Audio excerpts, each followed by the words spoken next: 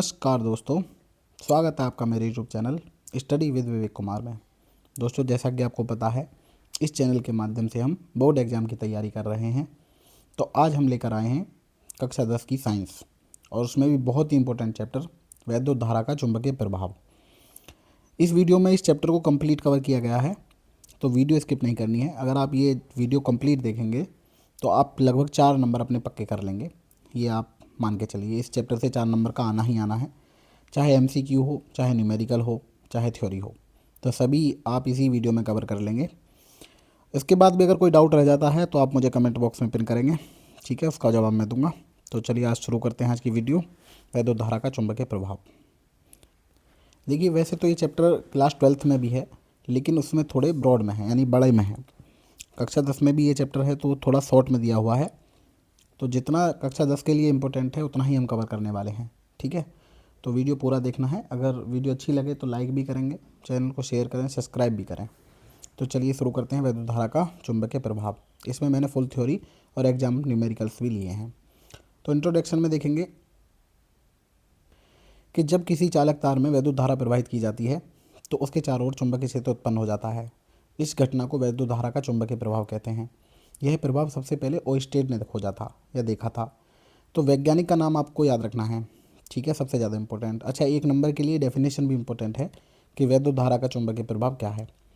तो आपको बताना है कि जब किसी चालक तार में वैद्युत धारा प्रवाहित की जाती है तो उसके चारों ओर चुंबकीय क्षेत्र उत्पन्न हो जाता है। इस घटना को वैद्युत धारा का चुंबकीय प्रभाव कहते हैं। वैज्ञानिक का पूरा नाम है हेनरी क्रिश्चियन ओस्टेड, ये भी आपको याद रखना है, ठीक है। अच्छा, इसका खोज कब की थी इसने? 1820 में की थी। तो ये 2 बातें भी आपको याद रखनी है। खोज की थी 1820 में, और किसने की थी? हेनरी क्रिश्चियन ओस्टेड ने, नाम ये लिखा हुआ है, ठीक है। चलिए आगे चलते हैं। देखिए, इसके बाद डेफिनेशन है चुंबकीय क्षेत्र की। तो चुंबकीय क्षेत्र क्या होता है? हम बात कर रहे हैं किसी चालक तार की, है ना, जिसमें धारा प्रवाहित हो रही है। तो उसमें क्या करेंगे हम कि चुंबक या धारा वहन करने वाले चालक के आसपास का वह क्षेत्र जहाँ चुंबकीय बल का अनुभव किया जा सके, चुंबकीय क्षेत्र कहलाता है। इसके अलावा आप चुंबक का चुंबकीय क्षेत्र भी बता सकते हैं कि किसी चुंबक के चारों ओर का वह क्षेत्र जिसमें किसी अन्य चुंबक द्वारा उसका अनुभव किया जा सके, उस चुंबक का चुंबकीय क्षेत्र कहलाता है। तो ये दोनों डेफिनेशन आपको याद रखनी है। इसके अलावा देखिए अगली डेफिनेशन क्या है। अगली डेफिनेशन है वैध चुंबकीय क्षेत्र रेखाएं। अब देखिए, चुंबकीय क्षेत्र रेखाएं को चुंबकीय बल रेखा भी कहते हैं, ठीक है। तो ये इसके गुण दिए हुए हैं जो मैंने लिखे हुए हैं। आप इसकी डेफिनेशन भी लिख लेंगे कि चुंबकीय क्षेत्र में खींची गई वे निष्कोण काल्पनिक वक्र रेखाएं जो चुंबकीय क्षेत्र का सतत प्रदर्शन करती हैं। ये जरूर लिख लेना है आपको कि चुंबकीय क्षेत्र में खींची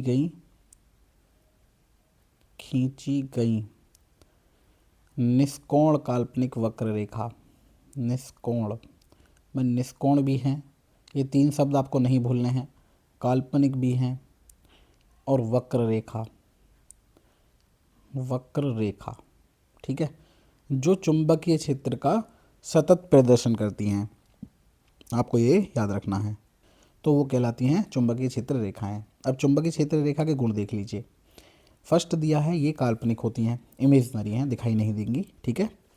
बाहर उत्तर ध्रुव से दक्षिण ध्रुव की ओर जाती हैं। देखिए, ये होती है हमारे पास चुंबक, ठीक है, पहली बात तो ये ध्यान लीजिए। और चुंबक में 2 पोल होते हैं, एक होता है नॉर्थ और एक साउथ होता है। तो चुंबक के बाहर ये ऐसे चलती हैं, नॉर्थ से साउथ की ओर, लेकिन चुंबक के अंदर ये चलती हैं ऐसे, अंदर दक्षिण से उत्तर की ओर, यानी साउथ से नॉर्थ की ओर। ये दोनों बातें आपको याद रखनी है कि चुंबक में जो चुंबकीय बल रेखा होती हैं, तो चुंबक से बाहर वो उत्तर ध्रुव से दक्षिण ध्रुव की ओर चलती हैं, और चुंबक के अंदर वो दक्षिण से उत्तर की ओर चलती हैं। अगली बात यह है कि 2 क्षेत्र रेखाएं कभी भी एक दूसरे को नहीं काटती हैं, ये भी आपको याद रखना है। और इसके अलावा एक पॉइंट आपको ये याद रखना है, जो चुंबकीय बल रेखा होती हैं वो किसी भी पृष्ठ में किसी भी कोण पर आ जा सकती हैं, ये भी आपको याद रखना है। इसके अलावा काल्पनिक के साथ ये भी याद रखना है कि चुंबकीय क्षेत्र रेखा जो होती हैं वो बंद वक्र होती हैं। बंद वक्र 2 प्रकार के होते हैं, खुला वक्र और बंद वक्र। तो ये बंद वक्र होती हैं, ठीक है, ये भी आपको याद रखना है। ये इतनी बातें इसके लिए इम्पोर्टेंट है। डेफिनेशन पढ़ेंगे, इसके ये गुण पढ़ने वाले हैं, है ना, ज़रूर याद रखने हैं, वेरी इंपॉर्टेंट आपके लिए। देखिए अगला पॉइंट है धारा वहन करने वाले चालक के चारों ओर चुंबकीय क्षेत्र। तो जब किसी चालक तार में धारा प्रवाहित की जाती है तो उसके चारों ओर चुंबकीय क्षेत्र स्थापित हो जाता है। ये हमें पता है, ओस्टेड ने बताया था। ये चालक तार मान लीजिए, है ना, इसमें धारा प्रवाहित है। अब सीधे चालक तार में धारा प्रवाहित करने पर उसके चारों ओर सकेंद्रीय चुंबकीय क्षेत्र रेखाएं बनती है, यानी सकेंद्रीय वृत्ताकार, ये वृत्त बनेगा, ऐसे गोल बनेगा, गोल, तो चारों ओर बनेगा, है ना। ये बात भी आपको याद रखनी है। तो पूछा जा सकता है कि जब किसी चालक तार में धारा प्रवाहित की जाती है तो उसके चारों ओर जो उत्पन्न चुंबकीय क्षेत्र होता है वो कैसा होता है, तो आपको याद रखना है वो वृत्ताकार होगा, है ना। इंपॉर्टेंट बात है, तो ये नहीं भूलना है। चलिए इससे आगे देख लेते हैं पॉइंट। अगला पॉइंट है दाएं हाथ का अंगूठे का नियम। ठीक है, तो दाएं हाथ का अंगूठे का नियम देख लीजिए, बहुत शॉर्ट में लिखा है मैंने, जिससे आपको याद करने में कोई समस्या ना हो, ये आप लिख सकते हैं। तो इसमें क्या दिया हुआ है कि यदि दाएं हाथ के अंगूठे को धारा की दिशा में रखें तो जो मुड़ी हुई उंगलियां होंगी वो चुंबकीय क्षेत्र की दिशा बताती हैं। ठीक है, ये आपको याद रखना है। अगर अंगूठे को हम धारा की दिशा में रखेंगे तो आप क्या करेंगे, अपने हाथ को बंद करेंगे, अंगूठे को ऊपर की ओर करेंगे। ठीक है, दाएं हाथ के को। तो जब ऊपर की ओर अंगूठा करेंगे तो यदि अंगूठा धारा की दिशा में, यानी इस दिशा में धारा प्रवाहित हो रही है, तो जो मुड़ी हुई उंगलियां हैं हमारी, देखो अंदर की ओर मुड़ रही है ना, तो चुंबकीय क्षेत्र इस डायरेक्शन में होगा, यानी धारा को बताएगा अंगूठा और मुड़ी हुई उंगलियां बताएंगी चुंबकीय क्षेत्र की दिशा। ये आपको याद रखना है। ठीक है, चलिए आगे चलते हैं। देखिए इसके बाद इंपॉर्टेंट है फ्लेमिंग के बाएं हाथ का नियम। तो फ्लेमिंग के बाएं हाथ का नियम सबसे पहले आपको याद रखना है कि ये जो नियम होता है ये विद्युत मोटर में प्रयुक्त होता है। ठीक है, नियम ये कहता है कि बाएं हाथ की पहली उंगली, जो बीच की उंगली है, और अंगूठा, तीनों को इस प्रकार फैलाएं कि तीनों एक दूसरे के साथ लंबवत हों, यानी परपेंडिकुलर हों, यानी एक दूसरे के साथ वो तीनों आपस में परस्पर 90 डिग्री का कोण बनाएं। फैला सकते हैं, आप देख सकते हैं 90 डिग्री का कोण कैसे बनेगा, आप सभी जानते होंगे। तो लंबवत रखने पर क्या होगा, जो पहली उंगली होगी हमारी, फर्स्ट उंगली, अंगूठे के पास वाली जो उंगली होती है, वो चुंबकीय क्षेत्र की दिशा बताएगी। अंगूठा चालक की गति की दिशा बताएगा। तो बीच वाली उंगली बताएगी धारा की दिशा। ये तीनों बातें आपको याद रखनी है। आप चाहें तो एग्जाम में ऐसे भी इस नियम को लिख सकते हैं जैसे मैंने लिखा है। इतना शॉर्ट में है, बहुत शॉर्ट में है, इससे ज़्यादा शॉर्ट में नहीं लिख सकते। अगर इससे ज़्यादा शॉर्ट में लिखेंगे तो आपके नंबर कट कर दिए जाएंगे, ये बात भी आप याद रखेंगे। हाँ, लेकिन इतना शॉर्ट में आप लिख सकते हैं, ऐसे लिख सकते हैं, कोई दिक्कत नहीं है, बिल्कुल सेम टू सेम लिख सकते हैं। ठीक है, चलिए आगे चलते हैं। अच्छा, इसमें ये बात आपको ज़रूर याद रखनी है, ये जो नियम होता है ये विद्युत मोटर में प्रयुक्त होता है ना, इसे नहीं भूलना है। ये फ्लेमिंग के बाएं हाथ के नियम का प्रयोग कहाँ करते हैं हम, विद्युत मोटर में करते हैं। चलिए विद्युत मोटर ही देख लेते हैं एक बार। देखिए विद्युत मोटर क्या है, एक ऐसा यंत्र है जो विद्युत ऊर्जा को यांत्रिक ऊर्जा में बदलता है। ये ध्यान रखना है कि विद्युत ऊर्जा को कन्वर्ट करती है ये यांत्रिक, मैकेनिकल ऊर्जा में, मैकेनिकल एनर्जी। ठीक है, जैसे विद्युत मोटर द्वारा हम घर पे चारा काटते हैं, तो है तो विद्युत मोटर, लेकिन ऊर्जा कैसा काम कर रही है, वो यांत्रिक वाला, है ना, यानी लाइट से चलती है ना, तो उस समय वो विद्युत ऊर्जा को बदल रही है यांत्रिक ऊर्जा में, मशीनरी ऊर्जा में, है ना। मैकेनिकल का मतलब मशीन, मशीन की ऊर्जा में। ठीक, चलिए अब इसे देख लेते हैं थोड़ा और, जैसे पेपर में आपको लिखना है। देखिए इसे कैसे लिखना है, तो आपको ये एग्जाम में लिखना है। अगर विद्युत मोटर आती है तो आप मान के चलिए वो 6 नंबर में ही आने वाली है। तो आप क्या लिखेंगे, यह एक ऐसा साधन है जिसके द्वारा विद्युत ऊर्जा को यांत्रिक ऊर्जा में बदला जाता है। इसका सिद्धांत इस तथ्य पर आधारित है कि जब किसी कुंडली को एक चुंबकीय क्षेत्र में रखते हैं, उसमें धारा प्रवाहित करते हैं, तो उस पर एक बलियोम कार्य करता है जिसकी दिशा फ्लेमिंग के बाएं हाथ के नियम, जो मैंने बताया था कि फ्लेमिंग के बाएं हाथ का नियम कहाँ प्रयोग होता है, विद्युत मोटर में। तो यह बलियोम कुंडली को चुंबकीय क्षेत्र में लगातार घुमाता रहता है। ये बताना है आपको ज़रूर, इंपॉर्टेंट है आपके लिए। फ्लेमिंग के बाएं हाथ के नियम के द्वारा ही विद्युत मोटर कार्य करती है, मतलब उस पर लागू होता वो नियम। ठीक है, अब इसकी रचना देख लेंगे। रचना में आपको याद रखना है कि विद्युत मोटर में 3 मुख्य भाग होते हैं। एक होता है क्षेत्र चुंबक, नंबर फर्स्ट, यह एक शक्तिशाली चुंबक होता है जिसके ध्रुव N व S हैं। सेकेंड होता है आर्मेचर, यह तांबे के तार के कई फेरों वाली एक कुंडली ABCD होती है जो कि चुंबक के ध्रुव खंडों N S के बीच घूमने के लिए स्वतंत्र है। ठीक है, आप ये देख लेंगे। ओके, अब इसमें थर्ड पार्ट क्या होता है, विभक्त विलय तथा ब्रुश। यह एक पीतल का छल्ला होता है जो 2 बराबर भागों में विभाजित होता है। ये दोनों भाग एक दूसरे से पृथक्कृत होते हैं। कुंडली का एक सिरा विलय के एक भाग तथा दूसरा सिरा दूसरे भाग से जुड़ा होता है। इन भागों को पृथक पृथक 2 कार्बन के ब्रुश से स्पर्श करते हैं। इन ब्रुशों को संबंध एक बैटरी से होता है। एक ब्रुश से विद्युत धारा कुंडली में प्रवेश करती है तथा दूसरे ब्रुश से बाहर निकलती है। तो ये हो गया इसका भाग जो थे विद्युत मोटर के। सिद्धांत लिखना है, फिर भाग लिखने हैं। अच्छा, आपको मैं एक सजेशन दूंगा कि अगर विद्युत मोटर आती है तो आप पहले उसका फिगर बनाएंगे। ठीक है, अच्छा, ये इसका चित्र हो गया, आप ये देख सकते हैं और ये आपको एग्जाम में बनाना है। ये होगी विद्युत मोटर आपकी, ठीक है, वेरी इंपॉर्टेंट है, 6 नंबर में आएगी अगर आती है तो। चलिए देखते हैं आगे। देखिए इसके बाद पढ़ना है हमें विद्युत चुंबक। विद्युत चुंबक क्या होती है? जब किसी कोर जो लोहे का बना होता है उस पर लिफ्टिंग कुंडली में धारा प्रवाहित की जाती है तो वह चुंबक की तरह व्यवहार करती है, और इसे ही हम चुंबक कहते हैं, विद्युत, यानी विद्युत चुंबक बोलते हैं इसे, ठीक है। इतना ही लिख देंगे डेफिनेशन। देखिए आप ये मान के चलिए जो 10th क्लास का पेपर होता है उतना लेंदी होता नहीं है, तो अगर आप इतना भी लिख देंगे तो आपके लिए वो नंबर पर्याप्त रहेगा, ठीक है। जो क्वेश्चन आता है वो पार्ट में डिवाइड होकर आता है। पहले हो सकता है डेफिनेशन दे, उसके बाद न्यूमेरिकल दे, उसके बाद सचित्र वर्णन करवाए, तो सारे नंबर बटे हुए होंगे, है ना, दो दो दो दो ऐसे करके, अगर 6 नंबर का क्वेश्चन है। हो सकता है कि विद्युत मोटर दे तो कार्य सिद्धांत तो जो भी लिखवाए वो सब 6 नंबर में एक साथ आ जाए, तो उसमें भी डिवाइड होगा कि सिद्धांत लिखना है, उसके भाग लिखने हैं और उसकी कार्यविधि लिखनी है और चित्र, ये भी डिवाइड होगा नंबर में, है ना। तो आप ये मान के चलिए अगर कुछ पार्ट आप सही कर देंगे तो आपको मार्क्स मिल जाएंगे, नंबर मिल जाएंगे, ठीक है। चलिए देखते हैं इसका उपयोग कहाँ कहाँ करते हैं विद्युत चुंबक का। एक तो क्रेन में करते हैं, एक इलेक्ट्रिक बेल में करते हैं, ये भी आपको याद रखना है, और एक रिले में करते हैं, ठीक। ये तीनों चीज़ें याद रखनी है कि विद्युत चुंबक का प्रयोग हम कहाँ कहाँ करते हैं, ये इंपॉर्टेंट है आपके लिए। अब देख लीजिए जो स्थायी चुंबक होती है और जो विद्युत चुंबक होती है उन दोनों में क्या अंतर होता है। तो अगर अंतर आता है तो आप केवल ये 2 अंतर लिख देंगे। जो स्थायी चुंबक होती है उसमें धारा की आवश्यकता नहीं होती है, विद्युत चुंबक में विद्युत धारा की आवश्यकता है। इसकी जो शक्ति होती है वो स्थिर होती है और इसकी शक्ति जो है बदली जा सकती है। ये दोनों बात आपको याद रखनी है, ठीक है। देखिए इसके बाद ये भी थोड़ा सा आपको पढ़ लेना है कि अनंत लंबाई के रज्जुरेखी धारावाही चालक के कारण जो उत्पन्न चुंबकीय क्षेत्र होता है वो कितना होगा। इसका फॉर्मूला ज़रूर याद रखेंगे। ये होगा B बराबर μ0/2π इंटू I/R। ये जो μ0 होता है निर्वात की चुंबकशीलता है, हालांकि ये 12th में है, इतना इंपॉर्टेंट आपके लिए है नहीं, लेकिन फिर भी आप ये पता होना चाहिए कि μ0 क्या है। तो μ0 है निर्वात की चुंबकशीलता, ये नहीं बोलना है, ठीक है। देखिए अब क्या होता है ये, तो हम जानते हैं कि जब किसी रज्जुरेखी या रज्जुरेखी को सरल रेखा भी कह सकते हैं उसमें धारा बहती है तो उसके चारों ओर एक चुंबकीय क्षेत्र उत्पन्न हो जाता है, और एक लंबी सीधी धार से जिसमें I धारा प्रवाहित हो रही है R दूरी पर स्थित बिंदु P पर चुंबकीय क्षेत्र का मान B धारा I के अनुक्रमानुपाती तथा दूरी के व्युत्क्रमानुपाती होता है, ठीक है। ये याद रखना है, यानी B अनुक्रमानुपाती I और B अनुक्रमानुपाती B 1/R। अब इन दोनों को कर देंगे हम कंबाइंड। जब दोनों को कंबाइंड करेंगे तो B अनुक्रमानुपाती हो जाएगा I/R। अब यहाँ अनुक्रमानुपाती का चिन्ह हटाएंगे, एक कांस्टेंट लगाएंगे, तो वही कांस्टेंट क्या होगा, कांस्टेंट हो जाएगा K, और K का मान हमें पता है μ0/2π होगा। ये लिख सकते हैं, केवल ये लाइन याद रखनी है कि B अनुक्रमानुपाती होगा I/R, फिर यहाँ से कांस्टेंट लगा देंगे, क्या हो जाएगा μ0/2π और इंटू I/R।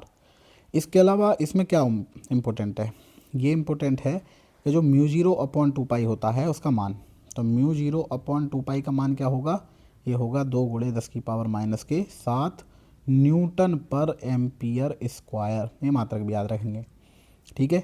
एक वीडियो मैं ऐसी लेकर आऊँगा जिसमें सारे भौतिक राशि होंगी और उनके मात्रक होंगे, तो वो आपको तैयार करके जानी है, ठीक है, ठीक है। देखिए इसके बाद एक और इम्पोर्टेंट है, ये थोड़ी सी डेरिवेशन सी, एक समान चुंबकीय क्षेत्र में स्थित धारावाही चालक पर बल।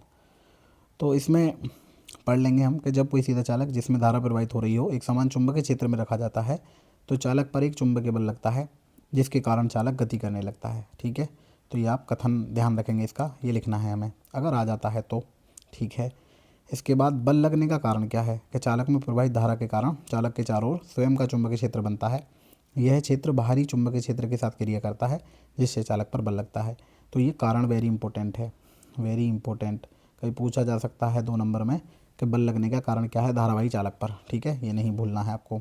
इसके बाद अब ये पता होना चाहिए कि बल की दिशा किससे ज्ञात करेंगे हम, तो बल की दिशा फ्लेमिंग के बाएं हाथ के नियम से ज्ञात करेंगे। ये नियम हम पढ़ चुके हैं, ठीक है। तो अब इसका सूत्र देख लेते हैं। देखिए जो चालक पर लगने वाला बल होता है वो चुंबकीय क्षेत्र के अनुक्रमानुपाती, धारा के अनुक्रमानुपाती, लंबाई के अनुक्रमानुपाती और एंगल, जितना कोण बनेगा चुंबकीय क्षेत्र से उसकी साइन के अनुक्रमानुपाती, यानी F अनुक्रमानुपाती साइन थीटा। वैसे अनुक्रमानुपाती नहीं लिखेंगे, डायरेक्ट ही लिख देंगे इसमें सब। क्या लिखेंगे कि F बराबर होता है BIL साइन थीटा, ये फॉर्मूला है। अच्छा इसमें कंडीशन दे रखी है, यदि चालक चुंबक क्षेत्र के लंबवत रखा हो तो साइन 90 की वैल्यू 1, तब F बराबर क्या हो जाएगा BIL। तो जितना भी इसमें इंपॉर्टेंट है, अच्छा जो डिस्ट धारा डायनमो है वो कट चुका है और 1-2 ऑपरेटर्स और हैं इसमें, तो उन्हें आप देख लेंगे। वैसे उम्मीद है कि वो एग्ज़ाम में नहीं आने वाले हैं, जितना भी इस चैप्टर से आ सकता है इम्पोर्टेंट वो मैंने आपको बता दिया है, बस केवल एक घरेलू विद्युत परिपथ रह गया है। अच्छा, अब इसमें आए हुए न्यूमेरिकल देख लेते हैं, सवाल देख लेते हैं कि कैसे कैसे सवाल आते हैं इस चैप्टर से। फिर कुछ हम इसके एमसीक्यू देखेंगे और कुछ न्यूमेरिकल देख लीजिए। क्वेश्चन आया हुआ है 2019 में, एक सीधे चालक में 2 एम्पीयर की धारा प्रवाहित हो रही है, तो धारा की दिशा ज्ञात करनी है हमें, जो चुंबक क्षेत्र घड़ी की दिशा में है। तो हमें पता है कि धारा की दिशा हम किससे ज्ञात करेंगे, फ्लेमिंग के बाएं हाथ के नियम से, 90 डिग्री पर होगी, तो इसलिए धारा नीचे की ओर होगी, है ना। चलिए देखते हैं अगला क्वेश्चन। देखिए क्वेश्चन नंबर 2 है, 2020 में आया हुआ है कि दाएं हाथ के अंगूठे का नियम का उपयोग किसके लिए किया जाता है। तो आप बता सकते हैं कि इसका उपयोग किया जाता है धारा और चुंबकीय क्षेत्र की दिशा ज्ञात करने के लिए। ये भी इंपॉर्टेंट है आपके लिए। चलिए देखते हैं आगे। प्रश्न नंबर 3 है, विद्युत मोटर का सिद्धांत लिखिए। तो सिद्धांत हम पढ़ा चुके हैं, ठीक है। वैसे 1 नंबर में आएगा तो आप इतना लिख देंगे, चुंबकीय क्षेत्र में रखे चालक पर धारा वहन करने पर चालक पर बल लगता है। तो ये विद्युत मोटर का सिद्धांत भी है 1 नंबर के लिए, लेकिन आप वही लिखेंगे जो बताया है, ठीक है। चलिए आगे देखते हैं। देखिए क्वेश्चन नंबर 4 है कि यदि धारा की दिशा बदल दी जाए तो चालक की गति पर क्या प्रभाव पड़ेगा। तो इसमें याद रखना है कि चालक की गति की दिशा उलट जाएगी। 2021 का आया हुआ प्रश्न है। प्रश्न रिपीट भी हो सकते हैं। इस चैप्टर में जितने भी इंपॉर्टेंट क्वेश्चन हैं मैंने सारे लिए हैं 1-1 नंबर के। तो और जो थ्योरी है वो सारी, कुछ क्वेश्चन बड़े में भी आ सकते हैं, जैसे विद्युत मोटर है, फ्लेमिंग के बाएं हाथ का नियम है। तो ये मान के चलिए इस चैप्टर से आपके 4 नंबर पक्के हो जाएंगे अगर आप वीडियो पूरी देखेंगे तो, ठीक है। चलिए अगला क्वेश्चन देखते हैं। क्वेश्चन नंबर 5 है, 2017 में आया हुआ, फ्लेमिंग का बाएं हाथ नियम किस यंत्र से संबंधित है। तो अभी बताया था मैंने, ये विद्युत मोटर से संबंधित है, ठीक है। चलिए देखते हैं आगे क्वेश्चन नंबर 6। क्वेश्चन नंबर 6 2022 में आया हुआ है कि विद्युत चुंबक की शक्ति किन कारकों पर निर्भर करती है। तो ये भी याद रखना है कि धारा की तीव्रता, कुंडली के चक्कर, और ये है कोर का पदार्थ कि किस पदार्थ की वो बनी हुई है, ठीक है। चलिए देखते हैं क्वेश्चन नंबर 7। देखिए क्वेश्चन नंबर 7 है, इलेक्ट्रिक बेल में विद्युत चुंबक का उपयोग क्यों किया जाता है। तो अब इसके आंसर ये है कि क्योंकि धारा प्रवाहित होते ही चुंबकीय प्रभाव उत्पन्न हो जाता है विद्युत चुंबक से, है ना, इसलिए इसका उपयोग करते हैं। तो इसका आंसर ये है, ठीक है। चलिए देखते हैं अगला क्वेश्चन। देखिए क्वेश्चन नंबर 8 है, स्थायी चुंबक और विद्युत चुंबक में एक अंतर लिखिए। तो बहुत नॉर्मल है, मैंने 2 अंतर आपको बताए थे कि विद्युत चुंबक में धारा की आवश्यकता होती है, स्थायी में नहीं होती है। तो एक अंतर आप आसानी से लिख सकते हैं। चलिए देखते हैं क्वेश्चन नंबर 9 2023 में आया हुआ है, यदि धारा बढ़ा दी जाए तो चुंबकीय क्षेत्र पर क्या प्रभाव पड़ेगा। तो धारा बढ़ाने पर चुंबकीय क्षेत्र की तीव्रता बढ़ जाएगी। ये कहाँ से बढ़ेगी, बी अनुक्रमानुपाती आई। अगर धारा बढ़ेगी तो चुंबकीय क्षेत्र भी बढ़ जाएगा, ठीक है। क्वेश्चन नंबर 10 देख लेते हैं। तो क्वेश्चन नंबर 10 है कि दाएं हाथ के अंगूठे के नियम में अंगूठा क्या दर्शाता है। तो ये मैंने अभी आपको पढ़ाया था, आप बता सकते हैं कि धारा की दिशा बताएगा। तो ये इंपॉर्टेंट 10 क्वेश्चन है 1-1 नंबर के, जो आपके एग्जाम में आ सकते हैं इस चैप्टर से। ये सारे इंपॉर्टेंट क्वेश्चन है, ठीक है। देखिए अब देख लेते हैं इस चैप्टर के इंपॉर्टेंट एमसीक्यू। तो एक क्वेश्चन दिया है कि चुंबकीय बल रेखा और इसके 4 ऑप्शन दे रखे हैं, सदैव समांतर होती हैं। बी है एक बिंदु पर मिलती है, सी है एक दूसरे को कभी नहीं काटती, और डी है परस्पर काटती है। तो आपको याद रखना है जो चुंबकीय बल रेखा होती हैं वो एक दूसरे को कभी नहीं काटती, है ना। तो ऑप्शन नंबर सी सही होगा। 2022 में आया हुआ क्वेश्चन है, वेरी इंपॉर्टेंट, ठीक है। चलिए देखते हैं अगला क्वेश्चन इसका। तो अगला क्वेश्चन है कि चुंबकीय क्षेत्र की तीव्रता का मात्रक क्या है।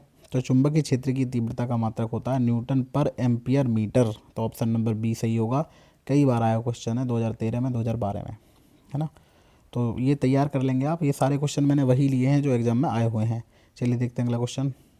देखिए इसके बाद क्वेश्चन नंबर 3 है, 2018 में आया हुआ है कि चुंबकीय क्षेत्र की तीव्रता का मात्रक है। तो चुंबकीय क्षेत्र की तीव्रता के 4 मात्रक होते हैं। एक तो ये हो गया न्यूटन पर एम्पियर मीटर, एक हो गया ये वेबर पर मीटर स्क्वायर। इसके अलावा एक और याद रखेंगे आप, एक होता है टेस्ला और एक होता है गॉस। तो ये जो गॉस होता है ये सीजीएस पद्धति में है। अगर आपसे स्पेशली पूछा जाए कि विद्युत क्षेत्र की तीव्रता का मात्रक सीजीएस पद्धति में बताइए तो आप इसे बताएंगे, ठीक है। तो ये हो गए इंपॉर्टेंट 3 एमसीक्यूज।